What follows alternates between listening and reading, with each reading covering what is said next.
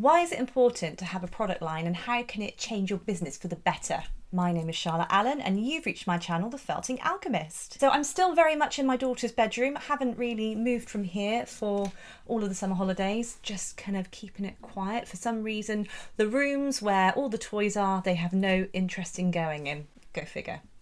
Anyway, today I want to talk to you about why it's really important to have a product line. So ultimately, it makes your business look more professional rather than just putting things out in dribs and drabs, an odd sculpture here, an odd sculpture there. It kind of dilutes your business and your branding. By having a product line, it really creates that professional overall look to your business. It shows that you've put thought into something. There's cohesion with your sculptures that you're putting out to people. So ultimately, what do you do to create a product line? And I'll cover this in a bit more detail in another video, but you need to think about having around 10 or 12 different products. And when I say that, I don't mean you have to kind of have a different, so 12 different products that are completely different. So what you could do is you could have one particular product, say for instance it's a fox, and it's a fox that's holding some flowers. Well, you could make 4 of those foxes, and maybe you could have a girl fox, you could have a boy fox, and they're all holding flowers, but maybe the flowers are slightly different. Do you see where I'm going? Then you need to have a medium priced product. So that would be your kind of lower end product, and a medium price product, which would be something like, I don't know, another woodland creature, a badger maybe, that's holding a daisy, and you only create a few of these, you don't create too many, but it's that more medium price that you're putting that product at. And then finally what you want to do is you want to have just a couple of products, so not loads and loads, that are your kind of pièce de résistance, your really kind of lavish, expensive products, okay?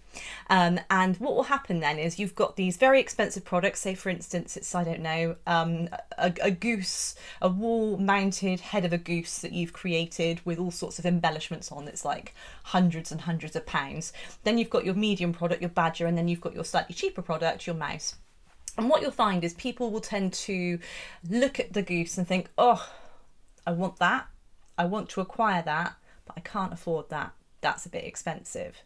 But I can afford this badger, which is a bit more in my price bracket, and I really want this. So that's why we do that, and that's what you'll find with a lot of different shops online, or even shops on the high street. They all use this tactic with their product lines. Have a look at A Regular Choice. I love A Regular Choice shoes, and I'm not sponsored by them. I wish I was, because then I might get some free shoes. Sadly, I'm not. But their product lines, if you follow them on Instagram, they launch their product lines probably once every couple of months. And they just do it fantastically. They'll have their slightly sort of cheaper ranges, and then they'll have their very high price shoe. So they're a really good company to look at. Another really good company to look at is Colourpop Cosmetics. They do it fantastically as well. Again, I'm not sponsored by them. I just really love how they do their branding and how they create their product lines and have the kind of the cheaper items, and then they have the sort of the smaller eye palettes and then the larger eye palettes, and then they're kind of obviously charging more for the kind of the very lavish sets.